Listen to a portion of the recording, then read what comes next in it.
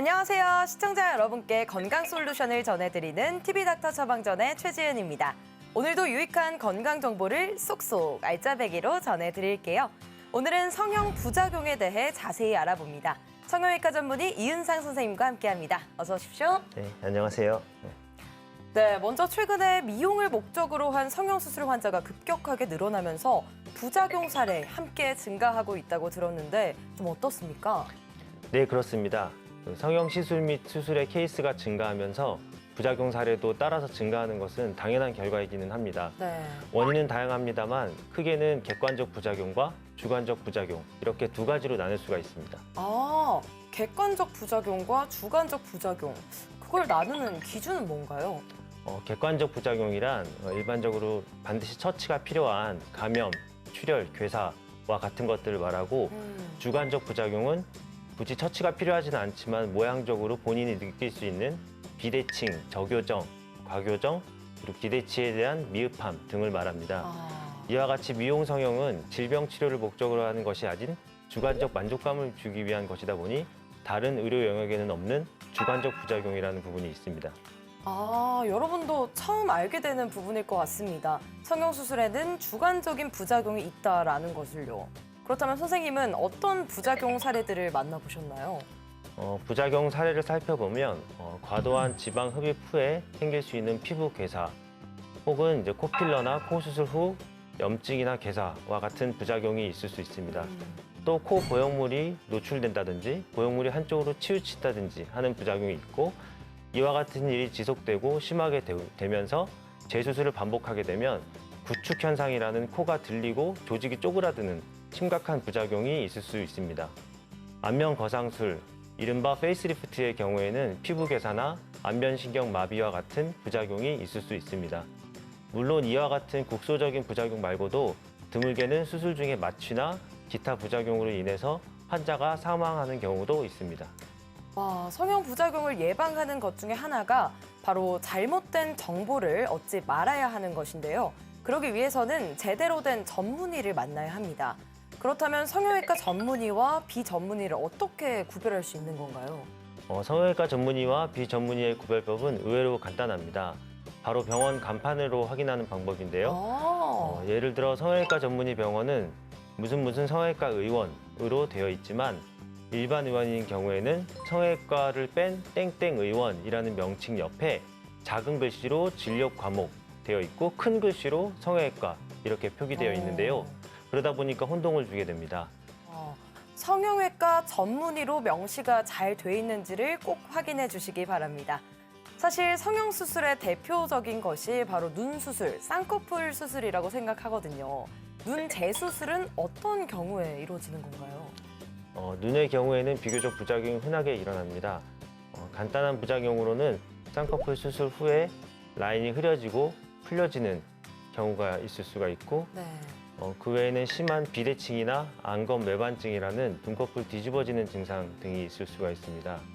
눈 재수술은 이와 같이 부작용 개선을 하기 위해서 하는 수술도 있고 혹은 단순히 라인이나 모양이 마음에 들지 않아서 문제점 개선을 위해 하는 수술도 있습니다. 코 성형수술과 관련된 사연이 도착했습니다. 선생님께서는 사연을 들으신 후에 처방을 내려주시면 됩니다. 사연 전해드릴게요. 안녕하세요. 첫 월급을 탄 기념으로 저는 엄청난 결단을 내렸습니다. 바로 오랜 콤플렉스였던 매부리코를 수술한 건데요. 인내의 시간을 겪은 후 이제 자리를 좀 잡아간 것 같은데 기분 탓인지 몰라도 코가 좀 휜 것 같습니다. 오른쪽으로 약간 더 치우쳐 있는데 코가 휘어서 그런지 비염 증상이 더 심해진 느낌이 드네요. 저 코 재수술 해야 하는 걸까요? 라고 사연을 보내주셨습니다. 코 성형수술 후에 어떤 부작용이 발생해서 재수술을 하는 건가요? 먼저 사연자의 경우에는 코가 삐뚤어져 보이는 원인을 파악하는 게 먼저입니다.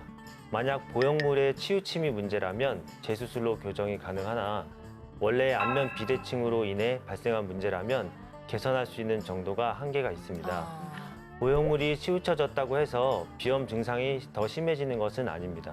왜냐하면 비염은 코 속의 숨길에 관련한 문제이기 때문이고 미용적 코 성형술은 코의 겉면을 조작하는 수술이기 때문에 대기는 관련이 없습니다. 이 사례 외에도 코 수술 후 자신이 원하는 코 모양과 다른 경우, 보형물이 너무 높은 경우 혹은 낮은 경우, 보형물이 비치는 경우, 코끝이 뾰족한 경우, 보형물이 심하게 좌우로 움직이는 경우 등이 코 재수술이 필요하며 첫 번째 수술보다 난이도가 높기 때문에 더욱더 신중하게 이루어져야 합니다. 그렇군요. 그렇다면 부작용이 생겨서 재수술을 원한다면 이건 언제 하는 게 좋은 건가요? 일반적인 코 재수술의 경우에는 첫 수술 후 최소 1년이 지난 후 전반적인 조직이 안정화되고 나서 수술하는 것이 좋습니다. 그렇지 않고 조급한 마음에 짧은 시기에 재수술을 반복한다든지 하면 조직이 쪼그라드는 구축코라는 돌이키기 힘든 부작용의 결과를 초래할 수가 있습니다. 따라서 더 세심한 주의가 필요하다고 하겠습니다. 그렇군요. 조직이 안정화가 될 때까지 조금 더 시간을 갖고 기다린 후에 코 재수술을 고민해 보시기 바랍니다. 여기서 어떤 부분을 더 챙기면 좋을까요? 우선 환자 본인이 정확히 원하는 효과가 무엇인지를 파악해야 하고 그 시술의 효과의 지속 기간이 어느 정도까지인지 알아야 하고 또 환자 본인 스스로가 회복기의 기간을 얼마만큼 감당할 수 있는지를 살펴봐야 합니다. 또한 사람의 몸에 시행하는 어떤 시술이나 수술 모두 그에 따른 부작용 가능성이 항시 존재하기 때문에 본인이 기저질환 여부나 복용하고 있는 약이 무엇인지에 대해서도 의료진에게 알려줘야 합니다. 어떠한 미용적 시술, 수술들은 한계점을 갖고 있는 부분도 있기 때문에 본인의 기대치와 그에 따른 예상되는 만족도가 어떠할지에 대해서도 객관적으로 대화할 수 있는 시간이 필요합니다. 이번 코너는 OX 퀴즈로 긴가민가 알쏭달쏭한 건강 속설을 올바르게 알아보는 시간입니다. 선생님 문제 주시죠. 눈 밑에 이 블루캄을 위해서 하는 수술, 눈밑 지방 재배치 수술을 하면 눈이 뒤집어진다. 와, 이거 좀 어렵는데요.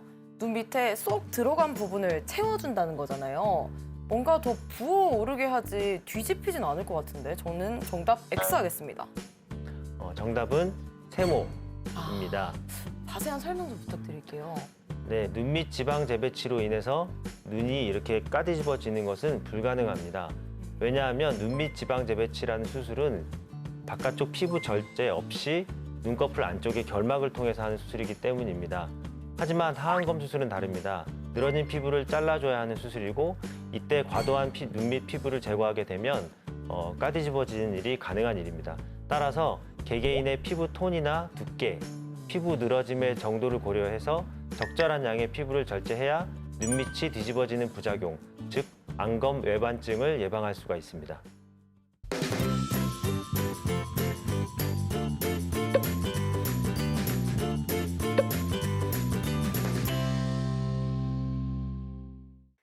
TV닥터 처방전 벌써 마칠 시간이 됐습니다. 선생님 마지막으로 한 말씀 부탁드릴게요. 모든 시술이나 수술은 부작용의 가능성이 항상 존재합니다. 이는 비단 미용 성형의 영역에만 해당되는 것이 아닌 사람의 몸을 대상으로 하는 모든 의료 영역에 마찬가지의 얘기입니다. 그러한 부작용이 생길 수 있는 가능성을 최소화하기 위해서는 경험이 많은 성형외과 전문의를 찾는 것이 필수적입니다. 또한 환자는 시술이나 수술 전 충분한 상담을 통해 본인의 기대치가 어느 정도이며 현실적으로 어떤 결과가 기대되는지에 대해서 의료진과 충분한 커뮤니케이션을 하여 만족스러운 결과를 얻기를 기대할 수 있습니다. 네, 오늘 말씀 고맙습니다. 저희는 다음 주에도 유익한 정보 들고 찾아오겠습니다. 대한민국 모두가 건강해지는 그날까지 TV닥터 처방전 다음 주에 다시 만나요. 안녕.